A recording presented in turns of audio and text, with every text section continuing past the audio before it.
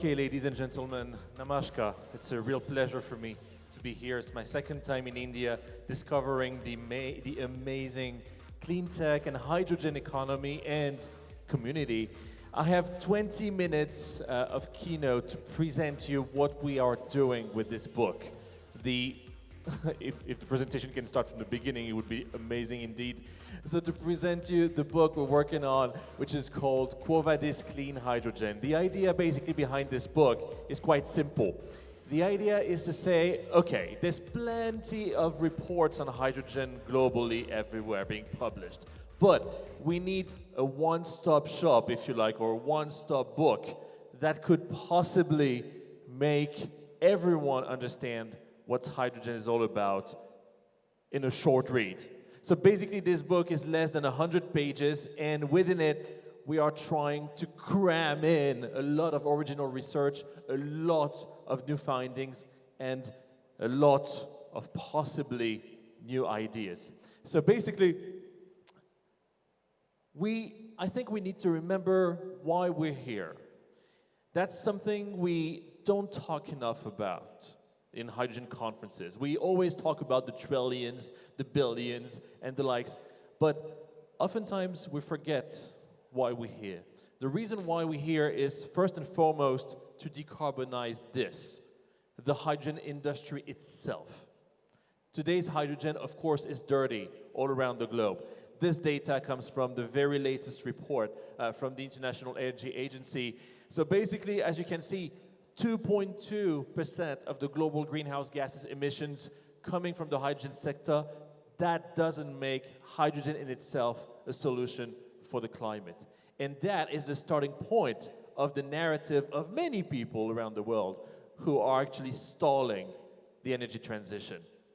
Don't invest in hydrogen, it's dirty. Yes, it is dirty, and this is what we need to decarbonize first and foremost before hydrogen can decarbonize anyone else or anything else. Here, we're in India, definitely a country extremely important when it comes to hydrogen for the future, of course, but just at present already, India is the fourth largest producer of hydrogen globally, with 9% of the global hydrogen production. Of course, it's dirty, it's based on fossil fuels, we need to change that. This is the starting point, once again, of this whole industrial investment movement. But beyond the industry, beyond the investments, there's, of course, a huge political component to all of that. And what you're looking at here is, once again, the latest data published just yesterday by the International Energy Agency for the year 2023. And you may see here at the top, at the very top of the histograms there, the electricity route to produce hydrogen. It's only so small. It's only so little hydrogen that is produced globally with electricity. And not all of that electricity, by the way, is green or clean electricity. So that in itself doesn't tell you the whole story about green or clean hydrogen. So once again, here, the starting point is not glorious, but once again, this is what we're here for. Decarbonize hydrogen before hydrogen can decarbonize anyone else. Because, as emphasized, climate COP after climate COP, biodiversity COP after biodiversity COP, desertification COP after desertification COP, we urgently need to change, and we're not on that track yet, despite the increased investments, of course, in clean tech that was mentioned just before presentation by the representative from IGEF. So we're already late, quite late, at this crucial rendezvous. Everybody in the literature says that. Academics, consultants, governments recognize it. We are late to the crucial rendezvous. And what rendezvous is that? The idea that hydrogen can decarbonize or contribute to decarbonize the rest of the world. Or actually, more than decarbonize, defossilize is the better term. We are far from being at this rendezvous, and even though some figures are showing some promise, it's not enough. What you're looking at here on the left-hand side is the Global Hydrogen Review 2023 figures, so the document, the reference document from the IEA, showing you all the announcements by the end of 2022 in terms of low carbon or low emissions hydrogen globally. As you can see on the right-hand side of the slide, with the 2024 review figures, so for the year 2023, things are improving, definitely. We are getting closer to the rendezvous. The rendezvous is actually the little purple diamond here at the top of the histogram. So we're getting closer and closer, but once again, despite an increase of 29% in hydrogen projects announcements in 2023, and FIDs almost doubling in 2023, basically, we're not there yet. Another key point, this time coming from our friends at McKinsey and the Hydrogen Council. I guess everybody knows that alkaline in the electrolytic hydrogen route is leading the capacity race globally. Here, it's really important to emphasize this for two reasons. First, in terms of climate impact. Alkaline electrolyzers, okay, they're great, but they're not the most efficient electrolyzers out there. So basically, if you're using atmospheric alkaline, or better yet, pressurized alkaline, that's good, but that's definitely not gonna be as worth your kilowatt hours, your hard to get kilowatt hours of renewable energy as using maybe other kinds of electrolyzers that could be more efficient, but which are much more expensive. So here, when we look at the economics of alkaline versus PEM versus AEM versus solid oxide electrolyzers and the likes, it's easy to understand why, from a business point of view, from a CapEx point of view, alkaline is still the preferred route of many investors globally in clean or electrolytic hydrogen. But if you're thinking about this from a climate point of view, this is not enough. Once again, that's not the most efficient route. The second reason is political. Who in the world is leading right now in alkaline manufacturing capacity in the field of electrolyzers? China, absolutely. So we have many friends right here, I'm sure, in China. But definitely, at this point, the Chinese manufacturers are, in 2024, capturing more than 2/3 of the global electrolyzer manufacturing capacity market. So basically, a market that is so concentrated in only the hands of a handful of actors is not a market that is sane and sustainable over the long run. So some competition has to emerge, and of course, some conditions, market conditions and political conditions, regulatory conditions that could help this competition emerging are much needed. It doesn't mean our Chinese friends are bad here. It just means you need to have more competition to make this whole thing work sustainably and drive costs down for real and over a long period of time. So in this book, Vadis Clean Hydrogen, that we're going to publish with the Cleantech Business Club on January 2025. The idea here is we have data coming from the ground, coming from companies, coming from investors, coming from governments, that basically we're putting together and we're trying to look at from a different angle, different perspective maybe than other reports. The idea here is, of course, to use a lot of field trip research, including in Antarctica.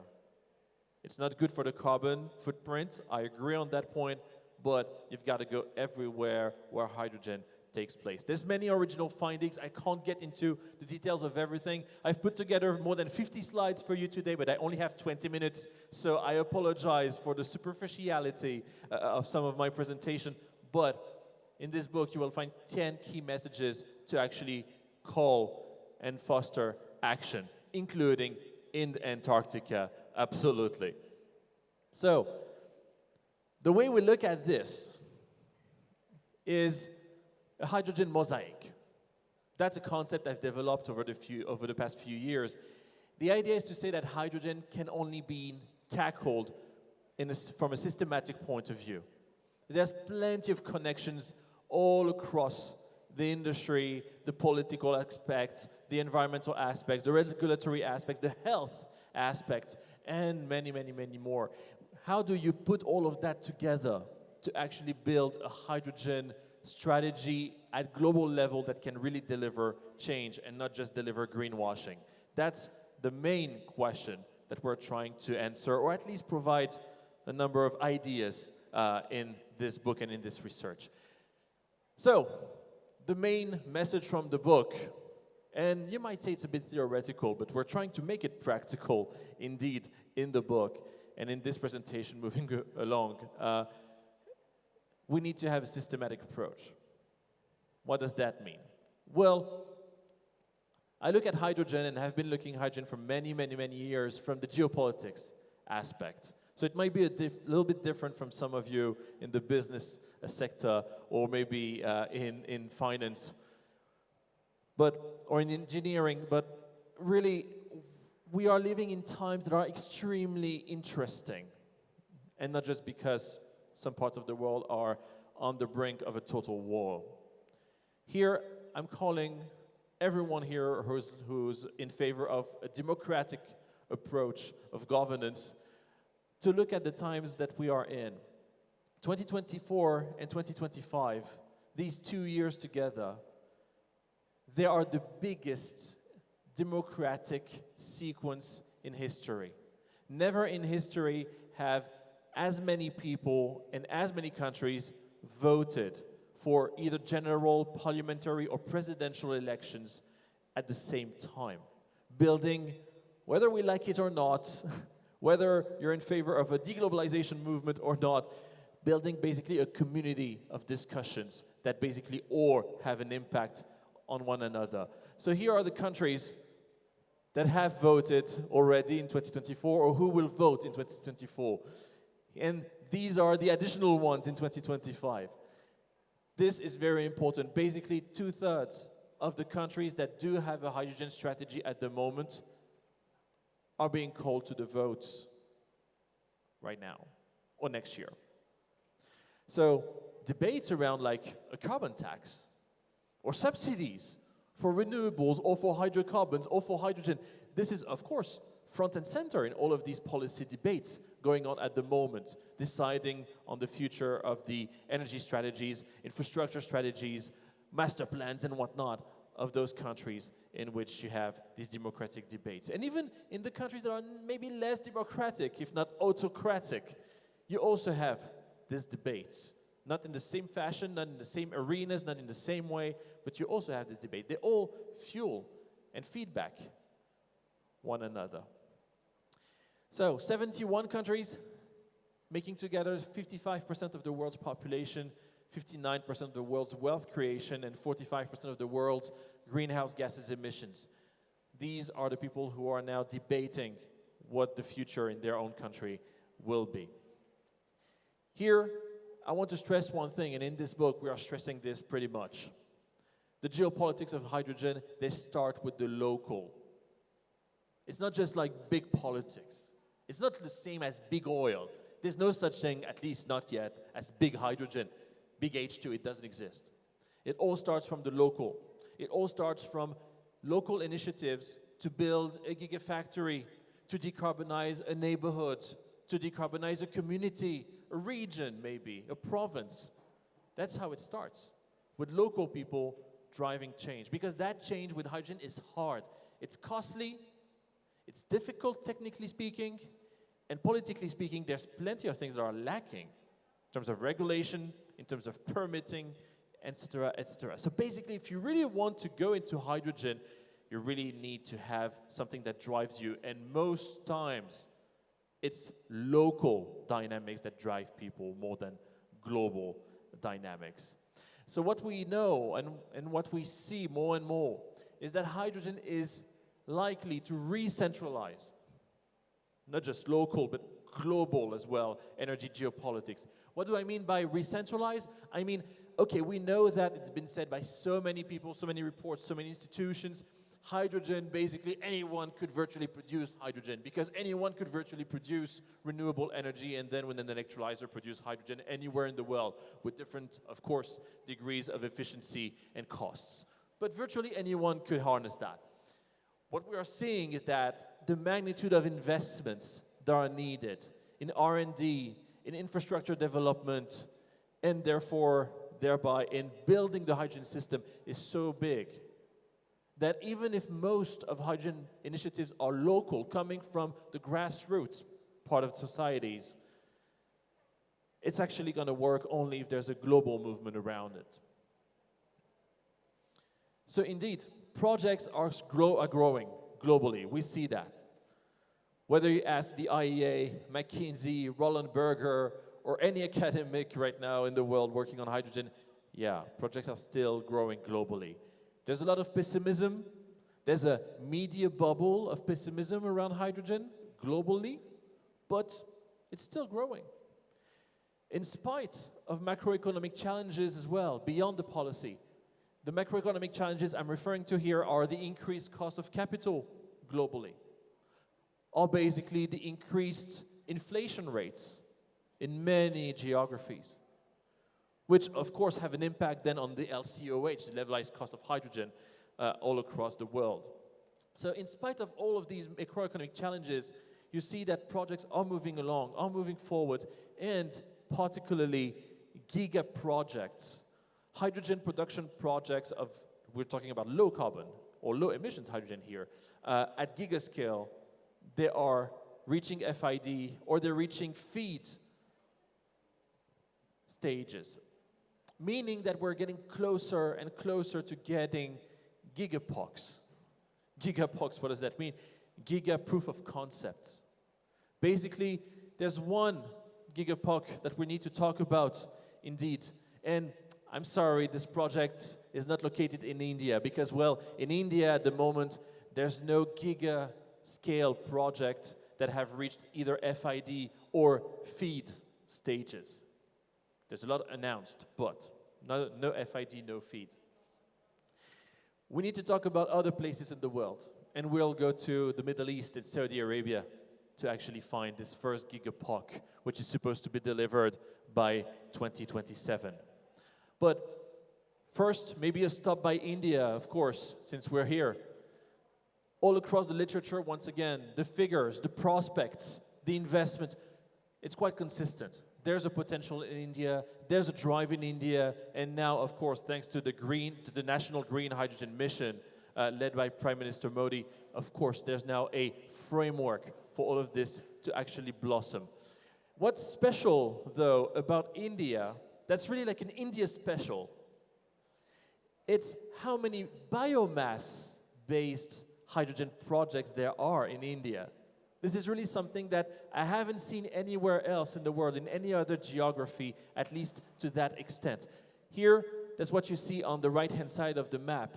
It's not a lot, I would argue it's not a lot, but it's way more than in any other geography at the moment. The second geography after India in terms of biomass-based hydrogen projects is Egypt.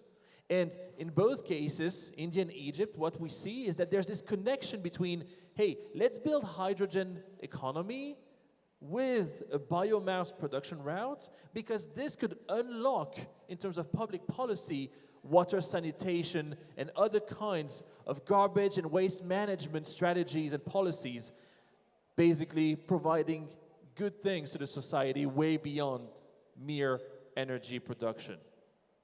So that's an India special, and really that's something that I guess a lot of other countries will start also following in the next few years.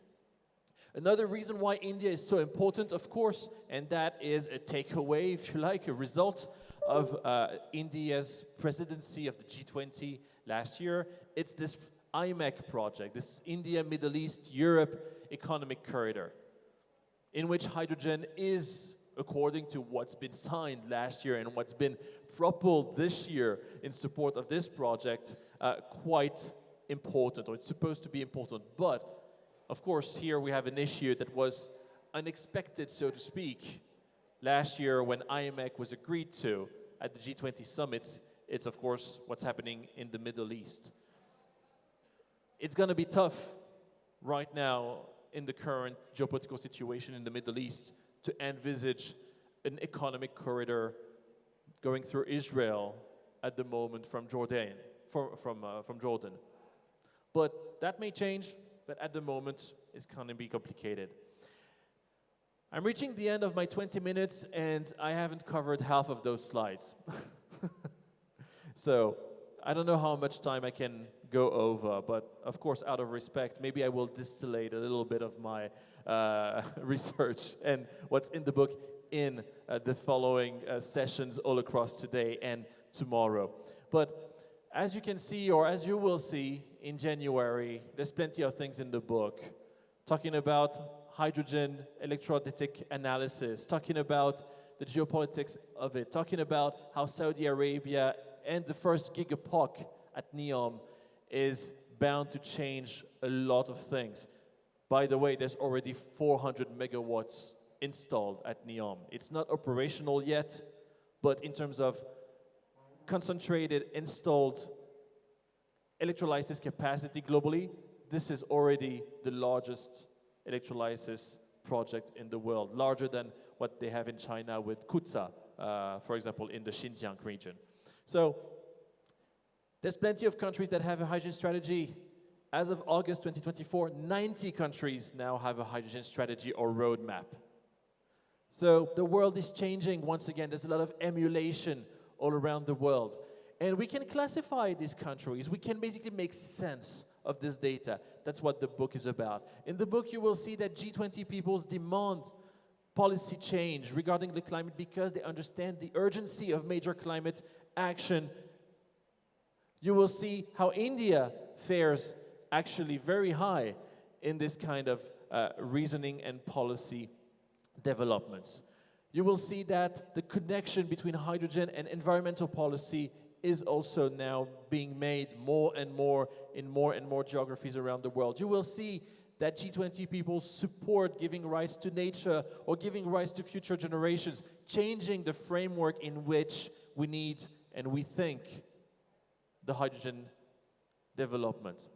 So there's a call for clean change. It's truly global, it's systematic, and basically transitional energy such as natural gas, even bio-natural gas, well, they're unlikely to meet that call for change. So once again, as you see quickly, there's plenty of things in this book. And I really hope that, given that it's free and filled of pretty interesting data and pretty interesting theories and strategies for the development of the green hydrogen economy globally, you will get to read it. So see you on January the 30th, 2025. We're going to present it at Highvolution in Paris, the largest hydrogen exhibition in Europe. In this book, we'll also talk about natural hydrogen. If some of you are interested in natural or geogenic hydrogen, there's plenty of things once again, because clean hydrogen goes beyond green hydrogen. There's not just a green side of clean hydrogen. There's many more to that. And here at the CBC, people like Tomasz and the leaders that are working together on this journey, they're connecting this with water, with storage, and the likes, with what's happening in space, with what's happening in the polar regions. So expect this book to actually be maybe even too wealthy in terms of data and new ideas for everyone to really grasp everything, but we did our best. So thank you so much for your time. I'm giving back the floor to Tomasz and everyone, and see you in 2025 for this book. Thank you very much.